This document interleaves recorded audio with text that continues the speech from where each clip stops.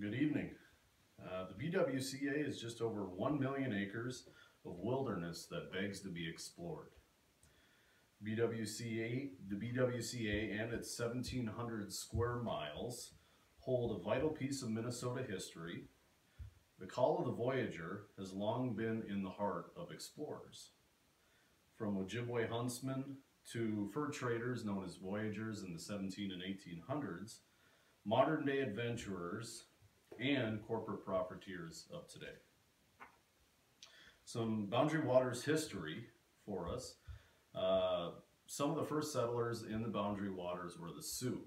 The Sioux Indians, Native Americans, sparsely populated there. There has been some evidence. The first major evidence shown in pictographs was of Ojibwe hunters that used the Boundary Waters to hunt moose and caribou. After them in the 17 and 1800s came French and English fur traders known as voyagers working for companies like the Hudson Bay Company.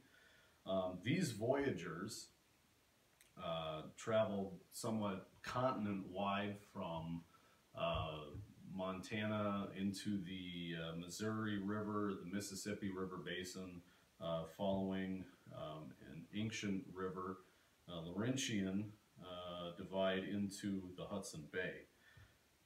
Some modern day history of the Boundary Waters. Minnesota achieved statehood in 1858, which paved the way for the Superior Roadless Area. The Superior Roadless Area was enacted in 1926, and the BWCA, the Boundary Waters Canoe Area Wilderness, officially got its name in 1958.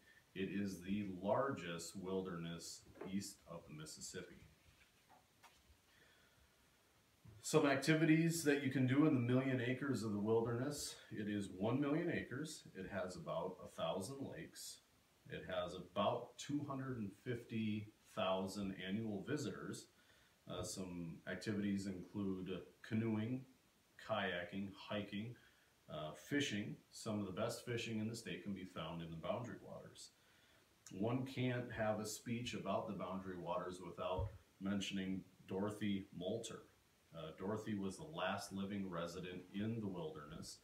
She lived there until December 1986. Some notable facts about Dorothy is that she would sell root beer to make her sustenance in the Boundary Waters. She kept it cold by cutting ice in the winter and storing it in an underground storehouse, and rumor has it that the ice lasted until late August. So how do we get around in the Boundary Waters?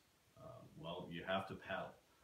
You have to hike, you have to portage. There are no motorized boats allowed into the Boundary Waters.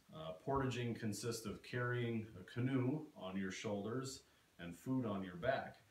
Remember, the voyagers who were there in the 1700s did this, but they did it with 600-pound canoes and enough food for 3 months at a time. A voyager canoe would hold 12 men. So, what is in the Boundary Waters' future? The Boundary Waters' future depends on the conservation of Minnesota. Some have proposed mines. Some of the mines in northern Minnesota actually are approved and will be going into the Boundary Waters. These will be underground mines, but have the potential of polluting water. These mines do await environmental approval. These mines are of some controversy to those who are concerned with the ecology of our state. To conclude,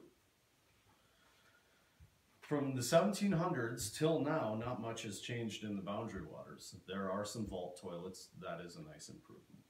The Boundary Waters holds a vast beauty that calls to the voyager and us all. While the Boundary Waters Canoe Area holds a vital piece of Minnesota history and gives its visitors memorable adventures, Minnesotans should take great care to preserve the future and the inheritance of the Boundary Waters. Thank you.